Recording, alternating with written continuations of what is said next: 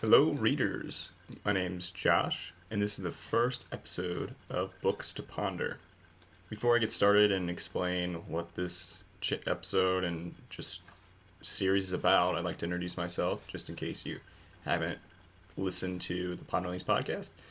So, like I said, my name is Josh. I have a bachelor's degree in psychology and a master's degree in creative writing. I'm married to a very supportive and loving wife named Mallory, who is the co-host in the Ponderlings podcast, which will be the last plug for that.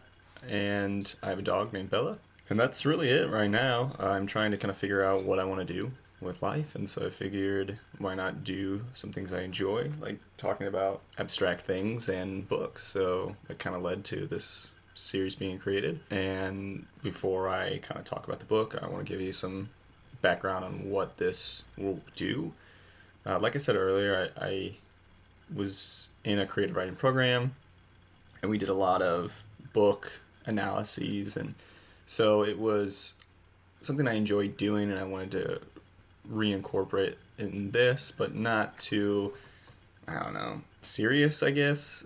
It can be kind of boring if you're not interested in that kind of discussion, and so for this, I'm just going to go give a brief summary of what the book is that I'm reading. I'm going to say some things I like and dislike about the book, whether or not I think people should read it, and then kind of give a topic or a discussion jump off point.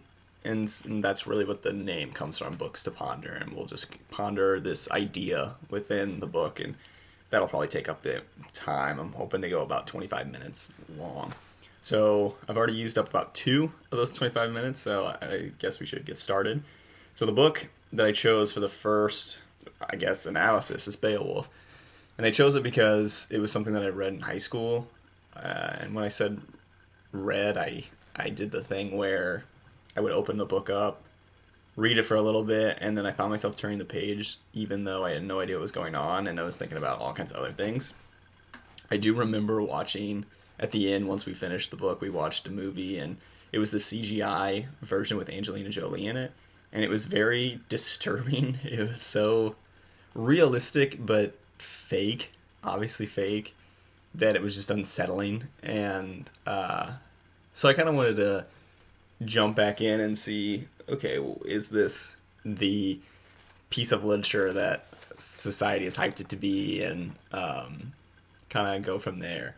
So I know it's old, it's one of the older books out there, and it isn't even a book, it's an epic poem. And throughout the story, it's about 98 pages in the translation that I have. In the translation, I don't even know how many translations there are, but for some idea of where my source is coming from, I just thought I'd give you that. And the copyright date was 1963, so who knows what they've discovered since then. And yeah, so basically the book starts off with like a background of the pretty much this king Hrothgar. It's his upbringing and how he came to power, and they say he's a pretty good king, and so he builds this dining hall for his people, and they throw these huge ragers and do all this stuff, have a great time, and just enjoy life. And this monster, Grendel, just isn't about it and decides that he's going to ruin the fun and slaughters people in their sleep. And I have no idea why people are sleeping in this dining hall. I'm assuming they have homes, but I guess they're partying so hard that they're just live there. And the book also emphasizes that the monsters in this world are from sin. They're like offsprings of Cain, which is like, oh gosh, what are you doing, man? So Grendel comes, does this thing, and this saddens Hrothgar, and word travels to Beowulf in Geatland, and so he brings some warriors with them, and they tell Hrothgar they're going to fight this monster. And so they stay the night in Heorot, the dining hall, and Grendel comes and slaughters one of Beowulf's men in front of him. And so instead of getting up and helping when it first starts, he just kind of watches, and then he decides he's going to fight, and he uses only his bare hands. I don't know. This guy is so confident. He's like, I don't need a sword. So he pins Grendel's arm to his back, and Grendel is immediately terrified. He knows this man is stronger than anything he's ever come across. And so fear of death is instilled in him, and he flips out and they start fighting and pretty much wrestling in a sense. And the the poem says that Herrick can only be destroyed with fire, but these two, with them just going at it, like fighting, just decimate the building, and hinges break, doors fall off, things like that. And eventually Beowulf is able to rip Grendel's arm out of its socket, and Beowulf has the intention of just ending Grendel's life there, but somehow Grendel escapes. He runs away to his lair, and we're told that he dies. And, Beowulf shows this arm to Hrothgar, and they celebrate his victory, and he gives him all his treasure. But then, apparently Grendel has a mom, and she's pissed that someone hurt her baby. So she decides she's going to go in the middle of the night and seek revenge. But she knows she's not strong enough to take on an army, which I don't think any single person would be able to do. And so, and she's a monster too. Like, I assume they don't really give much details about her, besides that she lives underwater and somehow is able to come on land. But she comes and takes this royal person who's pretty high up. And so Hrothgar's saddened by this, and Beowulf decides, okay, you know what, I'll help you out and go and slay this beast for you. So Beowulf goes to this lake, and some details are given about it. Him killing some serpent, which is random that these serpents are even there and be mentioned to not be mentioned later. And so he goes down to the bottom of the ocean, or it's not even an ocean. They don't even explain what type of water it is, but he gets down there, and Grendel's mom somehow grabs him and starts just walloping on him. But because he's wearing armor, she can't penetrate like his skin and hurt him. But then she decides to drag him into her own kind of hall-like setting. And in that time, from like the entrance to the lair to the hall, these other creatures are stabbing and biting at Beowulf, but again, they can't hurt him. And so when they get into the hall, Beowulf tries to kill Grendel's mom with just his bare hands again because he thinks he's a tough boy, and fails. He can't hurt her, but he sees this sword that apparently is left by giants, and he is somehow capable of wielding it's supposed to be super heavy, but he can wield it apparently. And he cuts Grendel's mother's head off and finds Grendel dead, but then cuts Grendel's head off, and it's clearly states that he moved for the last time. And it's like, well, I thought he was dead. Why would it? Like, for a while now. It's been a couple hours, so I don't know why he's moving now. And Beowulf goes back to Hrothgar, shows him, hey, this is what happened, and here's the proof that I killed them. And he rejoices and does this thing, tells him how great of a person he is, blah, blah, blah, but gives a warning that I'll talk about later, which will be kind of the stepping stone to the discussion I want to have. And after that, he leaves the Danes and goes back to Geatland and tells his king, hey, this is what happened. And the king's all like, oh, good job, basically. Like, he doesn't even really reward him or anything, just says all this stuff. And eventually we find out that this king leads his people to war, and his heirs and himself die, and because of that, Beowulf is able to take the throne, which he eventually denied because he didn't want to take it from the people who rightfully deserved it. And once Beowulf becomes king, he lives a few years, and then it says a total of 50 years or 50 winters after the events of Grendel, I think, or maybe just him being 50. He is king, and a dragon comes and wreaks havoc on his country, and so he decides, okay, enough is enough. We're going to go out and slay this dragon, who doesn't get a name. I don't know why Grendel's the only monster that gets a name. But he goes, he brings some people with him, and when he's there, he realizes, like, oh, I don't think I'm going to win this one. I think I will die, and it'll be the end. But he fights, he gives it his best, and is able to put up a good show against the dragon, but inevitably gets wounded and needs help. And when he looks back, the people he brought with him flee, and there's only one kid. They say it's a young warrior, and his name's Wiglaf, which is a weird name. I think that would have been a great name for the dragon. Like, that'd be pretty sweet, but... And just kill the kid dragon. That'd have been cool. But, this warrior helps him out, and they're able, with combined strength, and Beowulf, seeing that he's not alone, is able to overcome the dragon, and they take it out, basically.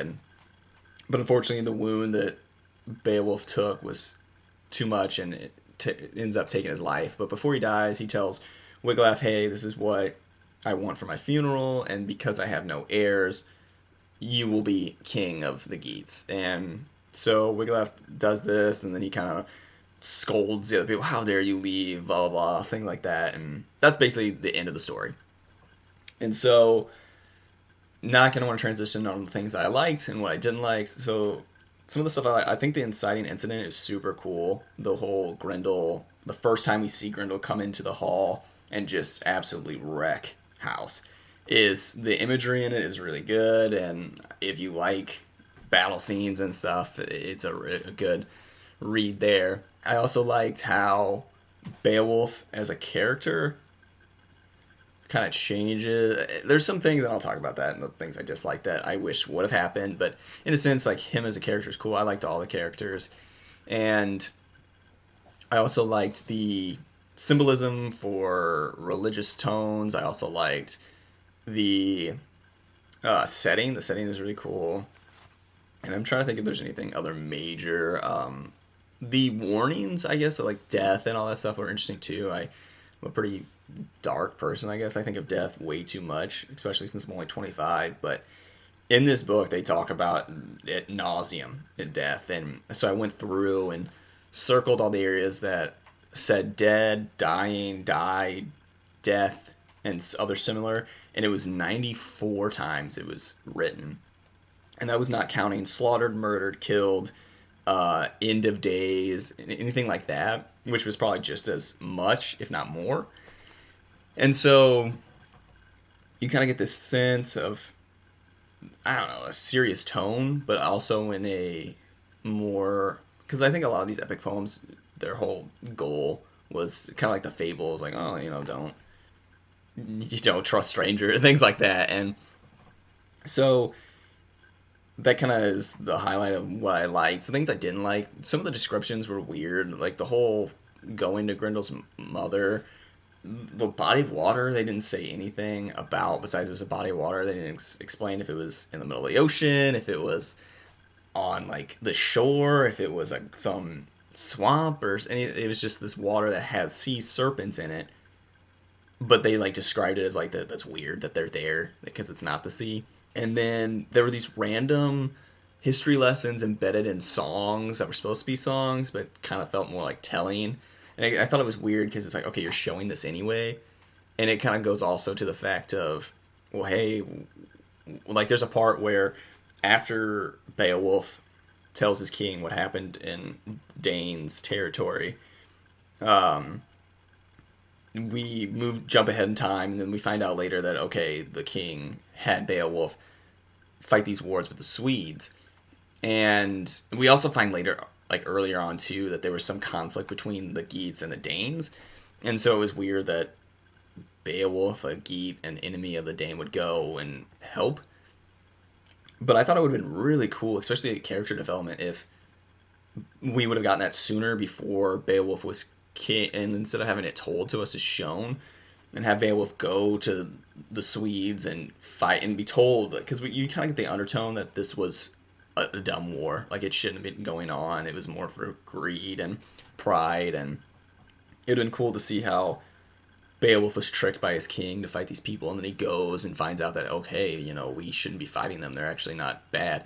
And we're never told that Beowulf kills a human. We just see him kill monsters, so it would show his character and be like, okay, this is a noble person, to be like, oh, I'm gonna go against my king's order, even though I swore to protect him and follow him and his family. And I thought that would have been a really cool character development. But again, this was hundreds of years ago, and character development and all that stuff I probably isn't as big of a deal as it is now. And perhaps it does do that, and I'm just misinterpreting, and I'm human and make mistakes and overlook things, but that's kind of like the main things I gripe about it. And so, do I think you should or shouldn't read it? I definitely think it's worth a read. It's good. It's pretty quick. It's enjoyable. There may be better translations. There may be maybe, unlike me, do some research and see, okay, which one's the most well reviewed translation, and see like, okay, maybe this is the one I should read. But the main thing I want to talk about, at the end of Beowulf's time with the Danes, Hrothgar kind of gives Beowulf a warning, and I think this is the main theme of the story. And I'm just gonna read it basically from the book in itself, and it starts on page 76 of this one at verse 1709, and it goes down to about 1720, and then I'll jump on the next page to where it continues because he kind of gets off track. But here's where it starts. It says, "Be not as Hermod," who I'm assuming is a king that once was there, "once was to my people, too proud to care what their hearts hid, bringing them only destruction and slaughter.